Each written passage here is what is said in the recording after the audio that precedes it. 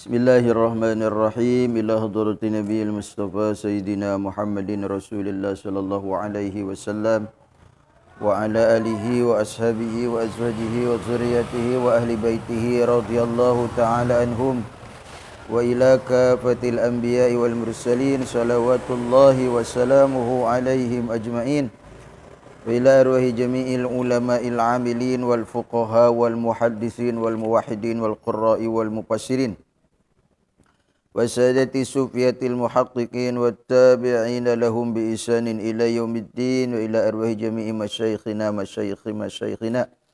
وأساتذنا نفعنا الله من علومهم وأسرارهم وأنوارهم وبركاتهم في الدين والدنيا والآخرة وإلى روح خصوصا المؤلف هذا الكتاب الشيخ سالم بن سمير الحضرمي وإلى Ruhi Asy-Syaikh Muhammad Nawawi Al-Jawi Al-Bantani nafa'anallahu min ulumihim wa asrarihim wa anwarihim barakatihim fid dini wa dunya wal akhirah. Al-Fatihah. A'udzu billahi minasy syaithanir rajim. Bismillahirrahmanirrahim. Alhamdulillahi rabbil alamin. Ar-Rahmanir Rahim. Maliki yaumiddin. إياك نعبد وإياك نستعين اهدنا الصراط المستقيم صراط الذين أنعمت عليهم غير المغضوب عليهم ولا الضالين آمين. السلام عليكم ورحمة الله وبركاته. Alhamdulillahi Rabbil Alamin. Wabihi nasta'inu ala umuri dunya waddin. Wa sallallahu ala sayyidina wa maulana Muhammadin khatamil anbiya'i wal mursalin. Wa ala alihi wa ashabihi ajma'in. La hawla wa la quwwata illa billahil aliyyil azim. Amma ba'd. Radina billahi rabba wa bil islami dina wa bi muhammadin nabiyya wa rasula. Rabbi zidna ilman nafi'a warzuqna fahman wasi'a. Allahumma rzuqna fahman nabiyyin wa hifdhal mursalin wa ilhamal malaikatil muqarrabin. Allahumma faqihna fid din wa alimna ta'wil. Allahumma aghnina bil ilmi wa zayyinna bil hilmi wa akrimna bit taqwa wa jamilna bil afiyah bi rahmatika ya arhamar rahimin. Hadirin para penyimak setia kajian kitab Kasyifatus Saja, syarah kitab Safinatun Najah di mana saja berada. Alhamdulillah kita bersyukur kepada Allah, malam ini kita bisa melanjutkan kembali pengajian kita dalam rangka menyambung materi yang lalu. Mudah-mudahan bermanfaat di dalam rangka menambah wawasan pengetahuan ilmu agama, khususnya dalam bidang ilmu fiqih. Mudah-mudahan Allah Subhanahu wa taala memberikan kemanfaatan di dalam ilmu kita, dan juga mudah-mudahan kita sekalian dijadikan hamba-hamba Allah yang selalu melaksanakan apa yang menjadi perintah-perintah Allah Subhanahu wa taala, dan juga menjadi hamba-hambanya yang selalu menjauhi, bahkan bisa jadi mencegah daripada perbuatan-perbuatan yang keji dan munkar. Salawat dan salam selalu kita sanjungkan kepada Nabi Agung Rasul Karim, Nabi besar Nabi Muhammad sallallahu alaihi wasallam, pada keluarganya, para sahabatnya, dan juga para pengikutnya yang selalu setia mengikuti ajarannya hingga akhir zaman. Pada pertemuan ini kita akan membahas tentang faslun nawaqidul wudu. Qala al-muallifu rahimahullahu ta'ala wa nafa'ana bi ulumihi fid dharaini amin. Faslun nawaqidul wudu arba'atu asya. Jadi dalam pasal ini yang akan dibahas adalah fi bayanil ahdas. Itu menjelaskan tentang sebab-sebabnya hadas. Jadi yang menyebabkan kita ini berhadas gitu kan. Hadasnya yang dimaksud di sini itu adalah ya hadas kecil ya. Ya begitu juga hadas besar. Jadi otomatis ketika membatalkan hadas kecil, ya otomatis hadas besar juga menjadi hilang begitu kan ya. Artinya menjadi mempunyai hadas maksudnya. Mempunyai hadas asalnya tidak hadas ya, dengan melakukan atau dengan kita terkena hal-hal yang 4 ini ya, yang dikatakan tadi arba'atu asya, yang asalnya tidak hadas maka menjadi hadas. Jadi 4 hal ini adalah menyebabkan asalnya tidak hadas menjadi hadas ya. Nawaqidul wudu, jadi hal-hal yang membatalkan wudu, arba'atu asya, yaitu 4 perkara, ahadu hadil asya. Jadi yang membatalkan itu tidak mesti kumpul 4-4-nya. Salah satunya dari 4 hal itu ya, maka itu bisa menyebabkan kita menjadi mempunyai hadas. Salah satunya saja dari 4 hal. Ya, kita melakukan salah satu dari 4 hal itu bisa menyebabkan kita mempunyai hadas gitu kan. Nah, atau terkena dengan 4 hal ini, salah satunya saja itu menyebabkan kita menjadi muhdis atau orang yang berhadas ya. Al-awwalu, adapun poin yang pertama adalah al-khariju ya, min ahadis sabilaini min kubulin au duburin, yaitu ada yang keluar dari salah satu jalan 2, sabil jalan atau lobang ya, maksudnya jalan keluarnya daripada kotoran ya. Kalau yang depan keluarnya air seni itu namanya kubul ya. Kalau dari belakang untuk keluarnya kotoran atau angin itu namanya dubur ya. Jadi 2 jalan tempat keluarnya sesuatu yang najis, atau 2 lobang ya. Dari sekian banyak lobang yang membatalkan wudhu itu ya 2 lobang, bukan lobang atas enggak ya. Di atas kan juga banyak lobang kita ya. Ada mulut, lobang juga itu ya, buat keluar masuk makanan itu. Kemudian hidung ya, lobang juga itu. Telinga, lobang juga. Tapi yang membatalkan wudhu itu lobang yang ada di bawah, yaitu kubul dan dubur. Jadi hada bayanun lisabilain ya. Jadi kubulin au duburin itu bayan, minnya itu min lil bayan.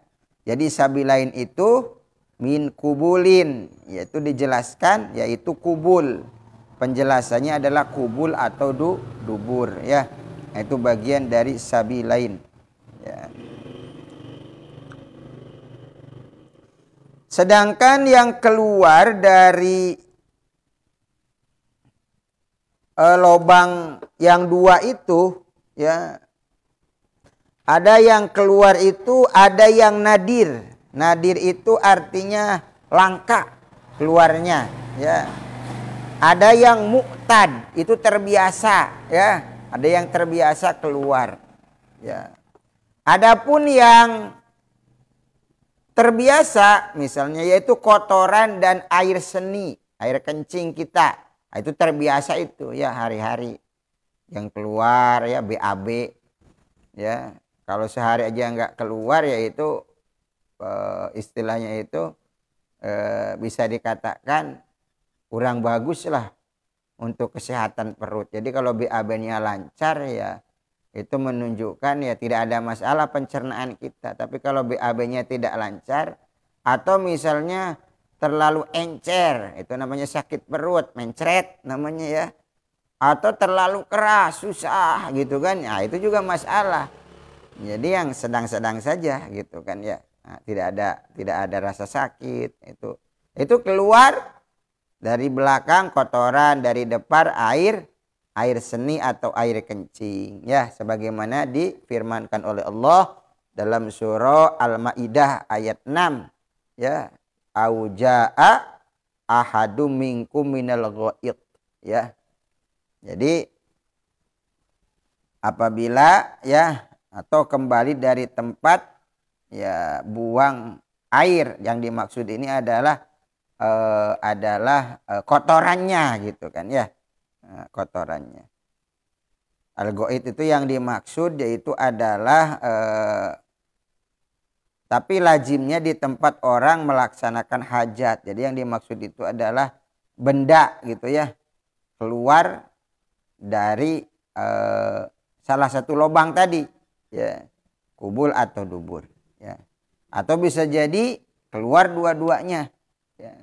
Nah itu yang apa, yang mu'tad, artinya yang terbiasa. Ada juga yang nadir, yang langka. Misalnya yang langka itu mazi ya, mazi itu adalah air semacam air mani, tapi bukan air mani ya, dia agak bening gitu ya, tidak seperti air mani. Nah kalau air mani kan tidak membatalkan wudhu, keluar air mani tidak membatalkan wudhu ya.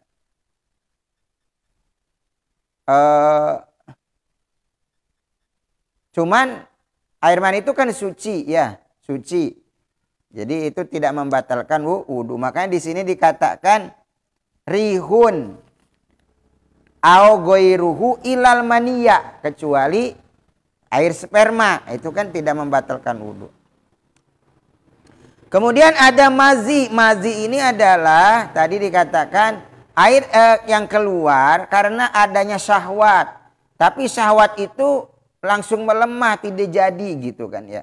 Nah, lalu keluar encer, kental, apa itu namanya, licin-licin, kental, tapi bukan air kencing gitu kan ya, meleleh gitu kan. Nah itu namanya air mazi ya, air mazi. Di dalam hadis dijelaskan ana Ali karramallahu wajha annahu qol kuntu rajulan mazzaan pastahyaitu an as'ala Rasulullah sallallahu alaihi wasallam ya limakani ibnatihi ya, Pak Amartul Miqdad Ibnal Aswad Al-Kunhi faqala sallallahu alaihi wasallam ya, yaitu yagsilu zakarahu wa yatawaddau ya. Jadi Imam Ali karramallahu wajhah itu beliau mengatakan, saya adalah seorang laki-laki ya yang sering keluar mazi, tetapi aku malu untuk bertanya kepada Rasulullah ya. Karena apa? Karena kedudukan putrinya Rasulullah, yaitu Siti Fatimah radhiyallahu taala anha. Maka aku menyuruh kepada Miqdad Ibn al-Aswad al-Kunhi ya untuk menanyakan hal itu pada Rasulullah, bagaimana seseorang yang keluar mazi yagtasilu zakarahu wa yatawaddau, maka dicuci zakarnya kemudian wudu. Jadi mafhumnya mazi itu adalah membatalkan wudu ya, mazi. Kemudian juga ada namanya wadi. Wadi itu apabila seseorang sudah bekerja berat misalnya kan, sampai lelah kemudian tiduran, tiba-tiba ada yang keluar dari zakarnya ya, digini-gini itu airnya licin gitu kan, tapi bukan air seni, bukan air kencing, bukan. Nah itu akibat dari kerja keras tadi, kerja berat tadi, keluar cairan dari zakarnya. Nah itu namanya wadi ya. Wadi itu juga najis ya, dan itu membatalkan wudu ya, sebagaimana dijelaskan dalam hadis riwayat Imam Al-Baihaqi ya, dari Ibnu Mas'ud, dari Ibnu Abbas, an Ibni Mas'ud wa Ibni Abbas radhiyallahu taala anhuma qala ya pil wadiyi wudu, yaitu maka dari keluarnya wadi tadi, wadi maka harus berwudu. Nah itu apa? Nah itu yang langka ya, yang langka. Jadi ada yang mu'tad, yang biasa itu yaitu air seni, kemudian kotoran, ya. Kemudian yang nggak biasa yaitu adalah wadi madi. Wadi madi ini yang nggak biasa dikiaskan kepada yang biasa, yaitu membatalkan wudhu, ya, dikiaskan. Termasuk angin, ya, angin, rihun, ya, rihun. Hada badalun min qouli al-Kharij. Jadi kalau di dalam matannya, ya, kitab Safinahnya, rihun ini menjadi badalul ba'di min kul. Jadi al-Kharij itu kan banyak, diantaranya sebagiannya itu adalah rihun, yaitu angin. Angin itu bisa jadi sawaun kharaja dari karroih minal kubul, bisa jadi kalau dari kubul, atau umumnya dari dubur kalau angin itu. Wasu'ila Abu Hurairah radhiyallahu anil hadas faqala pusaun au duratun. Ya, ketika Abu Hurairah ditanya ya tentang hadas itu adalah pusa au durat. Ya. Pusa itu adalah yaitu roih, ya, atau rih yakhruju bi ghairi sautin yusma. Jadi adalah pusa itu adalah angin yang keluar dari dari duburnya orang itu min ghairi atau bi ghairi sautin yusma, tidak ada suaranya. Jadi kentut yang diam-diam, ya, keluar anginnya tapi gak dengar suaranya, itu pusa. Kalau durat itu kentut yang kencang, misalnya gitu kan, ya, keluar, ya. Wah, itu dua-duanya ya hadas, ya. Ya, jangankan yang kencang yang suaranya kedengaran, ya. Oh, yang diam-diam aja ya membatalkan wudhu, begitu kan. Atau selainnya angin tadi, ya, selain angin itu yaitu air kencing, ya, air seni, kemudian kotoran, ilal maniya, kecuali mani, atau selainnya itu yang langka itu misalnya keluar daripada wadi atau mazi, gitu kan. Nah, itu membatalkan daripada wudhu, begitu kan.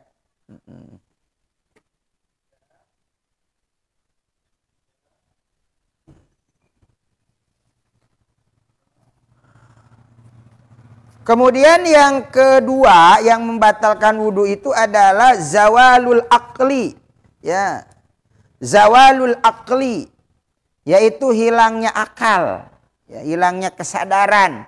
Binaumin, hilang akal itu dengan sebab tidur, ya. Orang tidur itu kan tidak sadar, hilang akalnya, ya. Au ghairihi, atau selain daripada tidur, misalnya orang mendadak gila, gitu kan, ya. Atau apa itu namanya, orang tidak sadar itu misalnya kayak semacam penyakit kena penyakit ngamuk-ngamuk, gitu kan, ya. Ngamuk-ngamuk jadi gak sadar, gitu kan, ya. Rasukan bisa, gitu kan, ya. Nah, jadi pokoknya hilanglah akalnya, begitu, ya, dengan sebab apapun. Ila nauma qaidin mumakidin mak'adah, kecuali tidurnya orang yang duduk yang pantatnya tetap di tempat duduk, ya.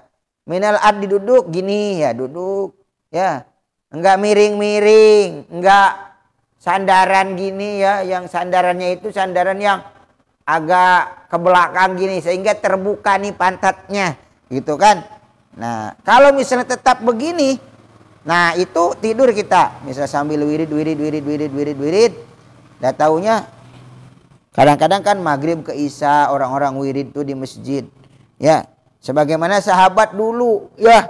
Itu sahabat dulu ketika menunggu dari maghrib ke isya itu, ya, yantazirunal isya al-akhirah hatta tahpaqa ru'usuhum. Tuh. Sehingga dia hampir-hampir kepalanya itu sampai ke ke tanah, gitu kan. Nah, jadi di dalam hadis yang lain, yanamuna hatta tahpaqa ru'usuhum al-ardo. Nah, jadi istilahnya dia itu ngantuk berat. Dikit, ya, sampai tidur dia nyenyak, tapi tidak berubah nih pantatnya ini. Nah itu ketika bangun tidak wudhu lagi seperti para sahabat dulu, tidak apa-apa. Memang gitu tidak membatalkan. Ya, adapun kalau yang tidurnya tidak dalam posisi tadi, maka itu membatalkan daripada wudhu. Ya, hal ini sebagaimana hadis riwayat Imam Abu Daud, Ibnu Majah dari Imam Ali karramallahu wajhah, qala Rasulullah sallallahu alaihi wasallam, ya, al ainani wika usahi. Faidana mat istat lokol wika, tuh paman nama pal yatawaddo. Jadi Rasulullah bersabda, dua mata ini, ya, itu dua mata itu pengikat, ya. Dua mata itu adalah tali, ya, diibaratkan tali, pengikat, ya, pengikat tali-tali dubur, ya. Jadi bila mata itu terpejam, ya, maka apa? Maka lepaslah tali itu. Oleh sebab itu barang siapa yang tertidur maka hendaklah berwudu. Ya, hendaklah berwudu. Jadi bisanya kita tahu bahwa dari dubur itu ada yang keluar, ada yang enggak kalau kita sadar, matanya terjaga. Ya. Sementara kalau tidur kan tidak tahu apa ada yang keluar. Nah, kalau tidurnya duduknya sambil menetap pantatnya itu dimungkinkan terjaga daripada keluarnya. Ya, makanya apa? Makanya dipahami kalau orang yang duduknya memakinin maq'adah ilal ardi, maka itu tidak membatalkan wudu, ya. Karena itu masih terjaga, ya, meskipun kedua matanya itu terpejam, itu kan tidur. Karena tadi dua mata itu adalah pengikat duburnya tadi ketika dia terjaga. Nah, kalau misalnya dia tidur, maka sudah tidak terjaga lagi. Tidak terkontrol lagi ikatannya, maka wudhu. Ya, terkecuali tadi dimungkinkan kalau orang tidurnya tetap pantatnya, sebagaimana riwayat tadi yang disampaikan dari Imam Abu Daud, sebagaimana diriwayatkan para sahabat, itu kan tidur sampai ini. Nah, itu dimahmalkan bahwa tidurnya itu tidur yang mumakinin maq'adahu ilal ardi, ya. Itu yang tetap kedua pantatnya itu kepada tempat duduknya, ya. Kemudian as-salisu iltiqa'u basyaratai rajulin wa imra'atin kabiraini ajnabiyaini min ghairi ha'il, ya. Nah, ini ketemunya dua kulit yaitu laki-laki dan perempuan, ya. Wayan taqidu wudu'u kullin minhuma, ya, min lazzatin aula amdan aw sahwan, tuh. Jadi batal dua-duanya apabila ketemu kulit laki-laki dan perempuan yang sudah pada gede. Kemudian juga pada gede itu maksudnya sudah dewasa, sudah baligh, ya. Kemudian apa? Kemudian yang ajnabi, artinya tidak ada bukan mahram ajnabi, ya. Min ghairi ha'il juga, dan tidak ada yang menghalangi, gitu kan, ya. Nah, ini dikatakan bahwa di dalam Al-Quran aula mastumun nisa, ya, dalam penafsiran, ya, Al-Imam Asy-Syafi'i rahimahullah, ya, maka apa? Maka itu dipahami sebagai menyentuh perempuan, ya, meskipun ada perbedaan di kalangan para ulama mazhab. Yang dimaksud aula mastumun nisa itu adalah bersetubuh, gitu kan, ya. Tetapi di dalam Imam Syafi'i yaitu dimaknai dengan bersentuhan, ya. Karena bersentuhan juga sudah permulaan atau tempat munculnya syahwat, ya, permulaan. Nah, daripada apa? Daripada persetubuhan, maka itu juga sudah sudah membatalkan wudu, gitu kan.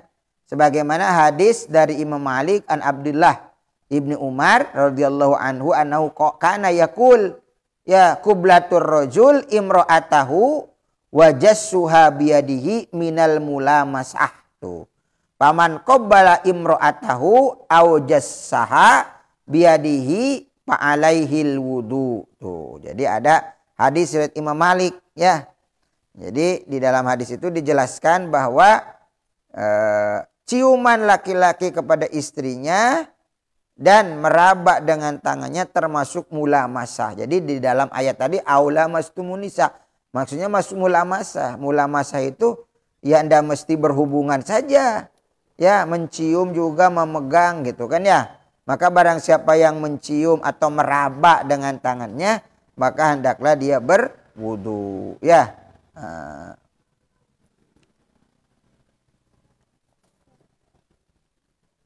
Nah ini banyak kalau dijelaskan secara terperinci ya tentang dalil-dalil alasannya ya.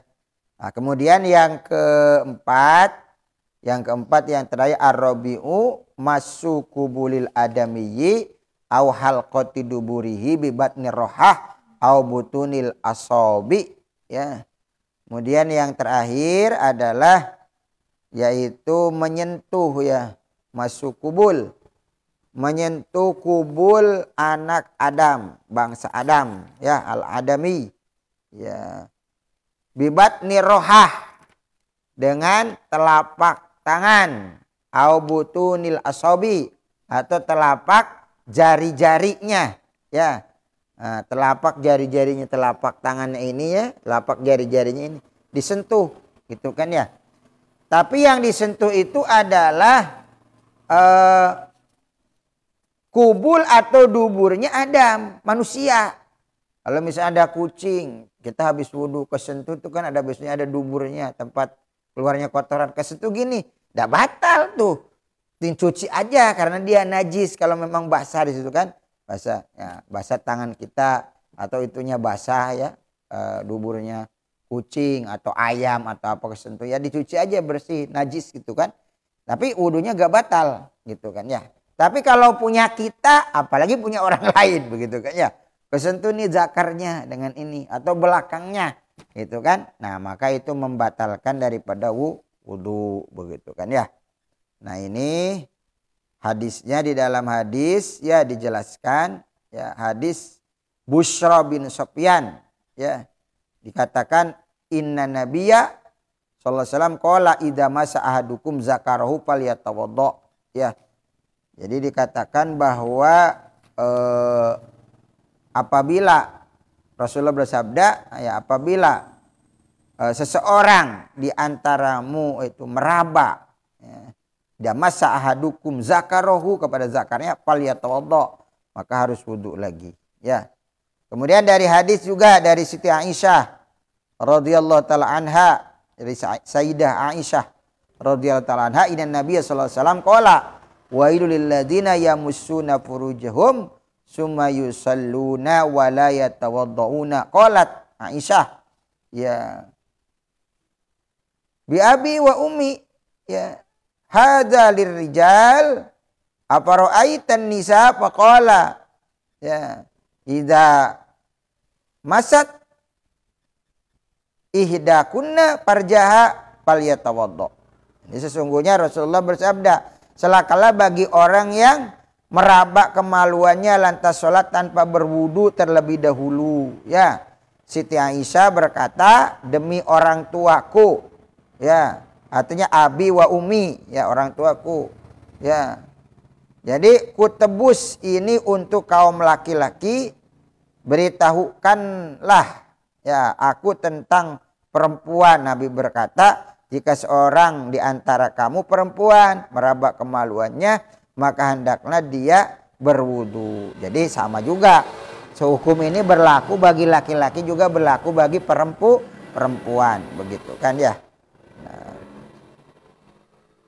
Kemudian juga hadis-hadis yang lainnya banyak di sini ya, termasuk di syarahnya itu dijelaskan ya. Itu memerlukan waktu yang lama, tetapi poinnya kembali kesimpulannya bahwa ada 4 hal ya yang membatalkan wudu. Pertama itu adalah ada yang keluar dari lubang kubul atau dubur, baik yang biasa ataupun yang langka ya, baik berupa air atau kotoran yang keras ataupun angin gitu kan ya. Kecuali yang tidak membatalkan itu adalah air mani, itu tidak membatalkan. Kemudian hilangnya akal dengan sebab tidur atau selainnya, kecuali yang tidak membatalkan itu tidurnya orang yang sambil duduk yang tetap kedua pantatnya kepada tempat duduknya, tidak dalam posisi miring-miring gitu kan. Nah, kemudian yang ketiga yaitu bersentuhan kulit laki-laki dan perempuan yang sudah pada besar ya, yang sudah merasakan enaknya bersentuhan gitu kan ya, ada tegangan begitu kan ya. Nah, min ghairi hail, akhirnya ajnabiyah ini yang juga dua-duanya adalah merupakan ajnabi, bukan mahram ya. Min ghairi hail. Adapun dengan mahram enggak. Misalnya kalau anaknya perempuan dengan bapaknya enggak, kalau anaknya laki-laki dengan ibunya enggak, dengan paman, dengan bibi, dengan kakek, dengan nenek gitu kan ya. Nah, itu enggak karena mahramnya. Ya, kalau sepupu bukan mahram, batal itu. Ya. Kemudian yang keempat yang terakhir adalah menyentuh kubul atau dubur. Itu zakarnya. Nah, adapun yang dua telurnya itu kalau laki-laki di bawah itu kesentuh enggak. Yang dimaksud itu yang zakarnya itu. Nah, yang zakarnya. Kemudian kalau yang dubur yang bundarannya itu nih ya. Kalau kanan kiri yang bukan bundarannya itu enggak membatalkan. Ya, itu pun kalau apa tuh bangsa Adam, artinya ya kita manusia. Kalau selain manusia ya kesentuh ya enggak batal. Cuman kalau memang basah itu merupakan hal yang najis ya cukup dicuci saja. Demikianlah diantaranya ringkasannya saja sebetulnya ini. Tidak terlalu mendetail sebagaimana di syarahnya ya. Di kitab Kasyifatus sajanya. Ya ini hanya sekedar ringkas apa tuh muhtasor atau penjelasan ringkas lah. Kan dari maksud yang pasal yang dibahas barusan. Mudah-mudahan ada manfaatnya. Kembali mengingatkan saya ya, tazkirah, pengingat juga bagi saya dan mudah-mudahan bermanfaat bagi semua hadirin yang menyimak kajian pada malam ini. Kebenaran milik Allah, kalau ada kesalahan, kekurangan, kehilapan, kekeliruan semata-mata dari kebodohan dan kedoifan saya yang masih jauh ya daripada seorang yang dikatakan alim ya. Ya kita sama-sama belajarlah muta'alim. Demikianlah kurang lebihnya mohon dimaafkan. Subhanakallahumma bihamdika asyhadu an la ilaha illa anta astaghfiruka wa atubu ilaik. Astaghfiruka wa atubu ilaik. Astaghfiruka wa atubu ilaik. Wallahul muwafiq ila aqwamit thoriq. Akhirul kalam. Assalamualaikum warahmatullahi wabarakatuh.